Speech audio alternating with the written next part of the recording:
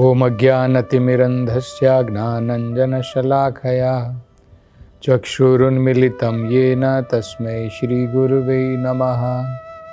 नमो ओम विष्णुपदाय कृष्णप्रेष्ठाय भूतले श्रीमते भक्तिवेदांत स्वामिनिति नामिने। नमस्ते सरस्वती देवे गौरवाणी प्रचारिणे निर्विशेषा शून्यवादी पाश्चात्य देशतारिणे। जय श्री कृष्ण चैतन्य प्रभु नित्यानंद श्री अद्वैत गदाधर श्रीवासदि गौर भक्तवृंद। हरे कृष्णा कृष्ण कृष्ण हरे हरे, हरे राम राम राम हरे हरे। हरे कृष्णा। अब अंगिरा ऋषि और नारद मुनि और एक बड़ा महत्वपूर्ण उदाहरण देकर के चित्रकेतु को आध्यात्मिक उपदेश दे रहे हैं। वो कहते हैं, हे चित्रकेतु, भगवान जब इस सृष्टि का निर्माण करते हैं, भगवान जब इस सृष्टि को इसका पोषण करते हैं और अंत में भगवान इस सृष्टि की प्रलय करते हैं, इसका संहार करते हैं। तो भगवान जब ये सृष्टि स्थिति और प्रलय करते हैं, ऐसा नहीं है कि भगवान की बहुत रुचि है, बहुत रुचि के साथ में भगवान सृष्टि का निर्माण करते हैं, बहुत रुचि के साथ में भगवान इसका पालन करते हैं और अंत में भगवान इसका प्रलय करते हैं। वो उदाहरण देते हैं, जिस प्रकार से एक छोटा बच्चा जब वो समुद्र के किनारे, समुद्र के तट पर मट्टी का घर बनाता है, मट्टी की वस्तुएं बनाता है, ऐसा नहीं है कि वो सोच रहा है ये मेरा परमानेंट घर है। बहुत रुचि के साथ में वो वहाँ पर मट्टी का घर बना रहा है, खेल खेल में बनाता है, उसकी बहुत रुचि नहीं है उसको बनाने में। ठीक इसी प्रकार भगवान का अपना सनातन धाम है। हम लोग भी, जितने भी जीव हैं, भगवान के सनातन धाम में हम भगवान की सेवा में आनंद से रहते हैं। वो आनंदमय धाम है भगवान का। इसलिए सभी जीवों के बारे में क्या कहा है, उनके बारे में कहा है, आनंद अम्याभ्यासात। हर एक जीव आनंद चाहता है और सत आनंद केवल भगवत धाम में, जो आध्यात्मिक धाम है, वहीं पर प्राप्त होता है। तो भगवान को ये रचना करने की तो जरूरत है ही नहीं।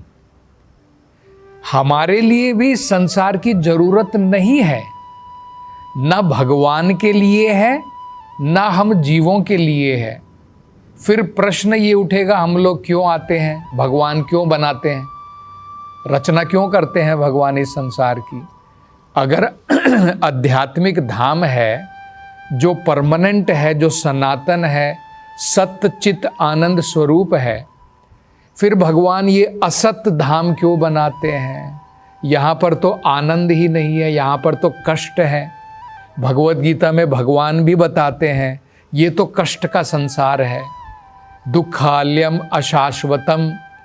ये दुख का आलय है, दुख का घर है। और अशाश्वतम का मतलब होता है शाश्वत नहीं है, परमानेंट नहीं है, टेम्परेरी है। हमारा जीवन भी टेम्परेरी है, संसार भी टेम्परेरी है। फिर भगवान भला क्यों बनाते हैं टेम्परेरी संसार? इसका एक कारण है।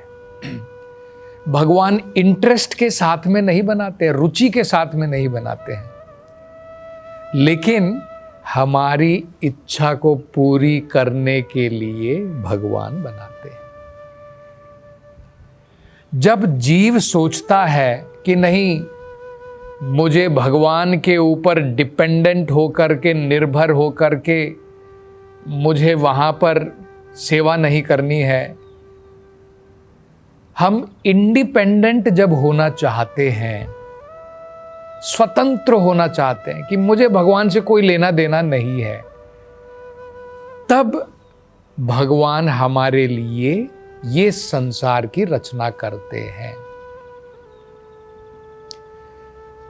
जैसे मान लो, कई बार आपने देखा होगा, एक छोटा बच्चा है, उसको ज्ञान नहीं होता है, वो पिताजी से जिद करता है। मान लो एक कैंडल जल रही है, एक दिया, उसमें बत्ती, उस पे आग लगी हुई है। बच्चा कई बार क्या करता है, जिद करता है पापा से, पापा मैं इस कैंडल को हाथ लगाऊंगा, ये जो आग जल रही है मैं इसको उंगली लगाऊंगा। तो पिताजी उसको बहुत बार बोल सकते, बेटा मत जल, तेरा हाथ जल जाएगा, मत लगा। लेकिन बच्चा मानता नहीं है, जिद्दी करता है। तब पिताजी उसको एक लेसन सिखाने के लिए, पाठ पढ़ाने के लिए पिताजी कह सकते ठीक है बेटा लगा ले। तो पिताजी की रुचि नहीं है कि बेटा उस कैंडल को हाथ लगाए, उस आग को हाथ लगाए, लेकिन फिर भी उसकी जिद पूरी करने के लिए पिताजी कह देते हैं ठीक है बेटा लगा ले। लगाने के बाद क्या होगा, अब बच्चे की समझ, उसको समझ आ जाएगा, उसको अकल आ जाएगी कि भाई अगर मैं इसको हाथ लगाता हूं तो उंगली जल जाती है। पिताजी के बोलने से वो नहीं समझेगा, जब उसकी उंगली जलेगी तब उसको समझ में आएगा। उसके बाद अगर पिताजी बोलेंगे बेटा एक बार और लगा, एक बार, तब वो नहीं लगाएगा। इसलिए भगवान ऐसा नहीं है कि रुचि के साथ में ये संसार की रचना करते हैं। क्यों करेंगे? क्योंकि हमारे लिए आनंद से भरा संसार है, भगवान का धाम है, वैकुंठ लोक है, गोलोक वृंदावन धाम है, भगवान का सनातन धाम है जहां पर केवल आनंद ही आनंद है। लेकिन जब जीव जिद करता है, भगवान से स्वतंत्र होना चाहता है, तब बिना रुचि के भगवान इस संसार का निर्माण करते हैं, रचना करते हैं, हमारी जिद पूरी करने के लिए और हमको हमारी अकल ठिकाने लगाने के लिए भी। ऐसे ही हम लोग देखते हैं ना, कई बार बच्चा, पंखा चल रहा है, बच्चा कहता है पापा मैं पंखे, चलते हुए पंखे को हाथ लगाऊंगा। तो कई बार पिताजी क्या करेंगे, फैन का स्विच बंद कर देंगे और बाद में बोलेंगे बेटा हाँ लगा ले हाथ, चलते हुए पंखे में हाथ लगा ले। तो खटक करके जब पंखा उसकी उंगली को लगता है तो बच्चा डर जाता है, लेकिन पिताजी ने पंखा नियरली बंद कर दिया है, उन्हें पता है नहीं तो उसकी उंगली कट जाएगी। तो ठीक इसी प्रकार से भगवान हमारी ये इच्छा पूरी करने के लिए और हमें सही रास्ते पर, हमारी जो बुद्धि भ्रष्ट हो गई है उसको सही रास्ते पर लाने के लिए भगवान इस संसार की रचना करते हैं, भगवान इसका पालन करते हैं और अंत में भगवान इसका संहार करते हैं। आगे वो कहते हैं कि भगवान सृष्टि करने के लिए भगवान के बहुत सारे एजेंट हैं इस संसार में। उदाहरण के तौर पर देखिए, आप समझने का प्रयास कीजिए क्या है। देखिए, ये बहुत महत्वपूर्ण है समझने का। एक जीव को अब इस संसार में आना है, उसकी इच्छा है संसार में आने की और स्वतंत्र रहने की, मौज करने के लिए। अब भगवान को उसे भेजना है, तो भगवान उसको भेजने के लिए देखिए क्या करते हैं। एक माता और पिता, इन दोनों के संबंध से, उनके शरीर से, पिता के शरीर और माता के शरीर के माध्यम से एक और शरीर पैदा होता है संतान का। तो वो तो अपनी इच्छा से आया है, अपने कर्म के अनुसार, लेकिन भगवान ने हमको क्रिएटर बना दिया है, रचना करने वाला बना दिया है। पिता के शरीर से, मां के शरीर से बच्चा पैदा होता है, लेकिन ये करवाने वाला कौन है? भगवान है। और ये जीव, इसकी अपनी इच्छा थी संसार में आने के लिए, इसलिए ये जीव संसार में आया है। इसी प्रकार से तो माता पिता के द्वारा भगवान सृष्टि करवा देता है, और माता पिता के द्वारा और राजा के द्वारा, गवर्नमेंट के द्वारा भगवान पोषण करवा देता है। और अंत में अनेकों प्रकार के प्रलय के साधन हैं। कभी भूकंप आ गया, कभी एक्सीडेंट हो गया, कभी हार्ट अटैक आ गया, बीमारी आ गई, बुढ़ापा आ गया, ये सारे इनके द्वारा भगवान प्रलय करा देता है। तो ये भगवान का खेल है। हम लोग मूर्खता पूर्वक सोचते हैं मैं क्रिएटर हूं, मैं पालन करने वाला हूं, और मैं ही अलग अलग प्रकार से प्रलय करता हूं। हम लोग असल में प्रकृति के प्रेरणा के द्वारा कार्य कर रहे हैं, अपने आप नहीं कर रहे हैं। प्रकृति हमसे करवा रही है। ये समझना बहुत महत्वपूर्ण है। तब हमारी आसक्ति इतनी नहीं होगी भौतिक संसार में।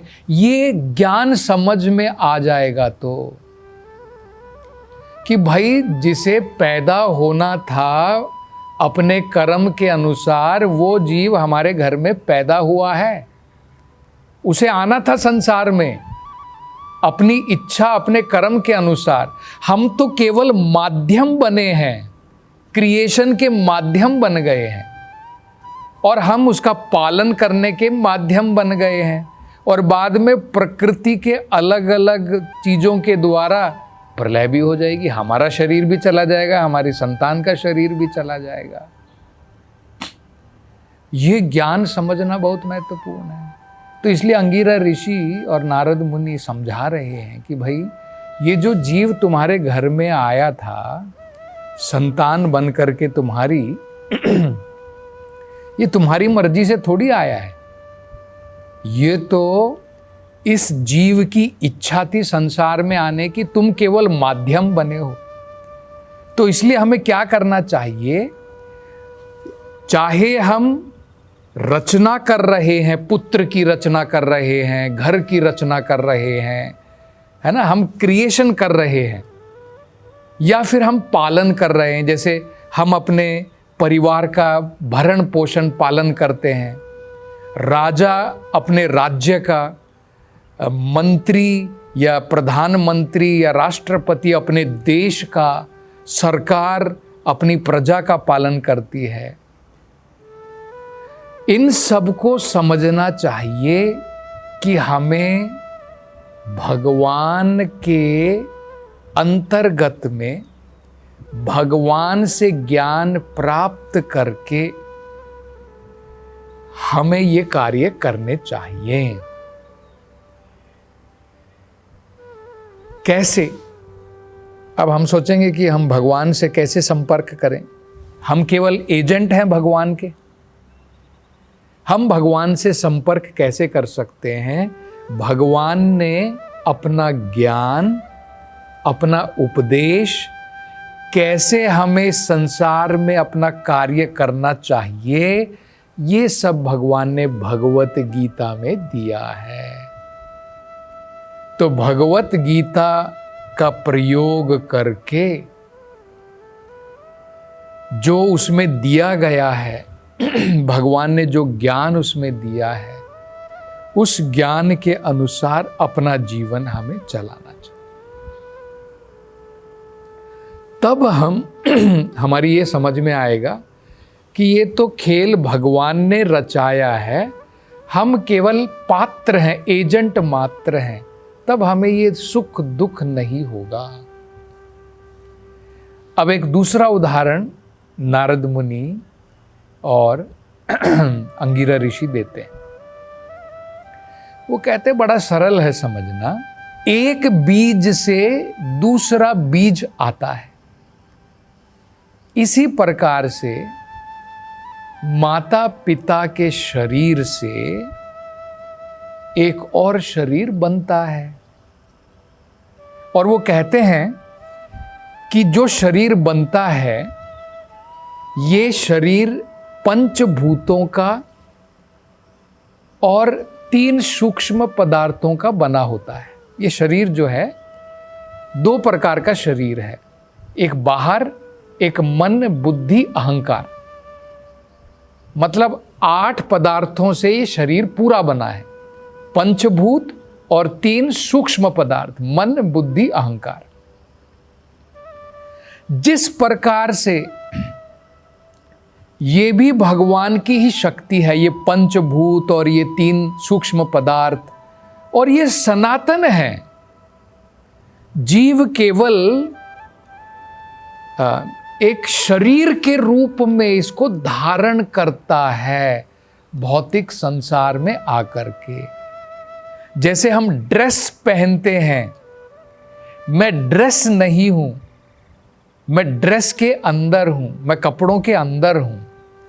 इसी प्रकार से आत्मा वो भी परमानेंट है, और ये जो पंचभूत है ये भी परमानेंट भगवान की शक्ति है। जब ये शरीर बिखर जाएगा, ये पंचभूत दोबारा अपने अपने अपने स्थान पर चले जाते हैं, और आत्मा उसका तो कोई देहांत ही नहीं है। ये शरीर बिखर जाता है, पंचभूत तो रहेंगे, वो तो कहीं पर जाने वाले नहीं हैं। धरती धरती में मिल जाती है, पानी पानी में हवा, इस प्रकार से होता है। तो बहुत सुंदर उदाहरण दे करके वो समझा रहे हैं। आगे हम चर्चा अगली कथा में करेंगे। हरे कृष्णा। रेडी जा।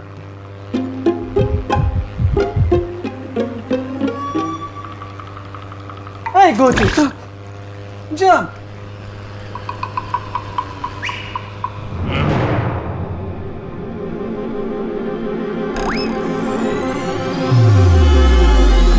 सिचुएशन चाहे जो भी हो, दिल की मानो, एंजॉय बिकानो।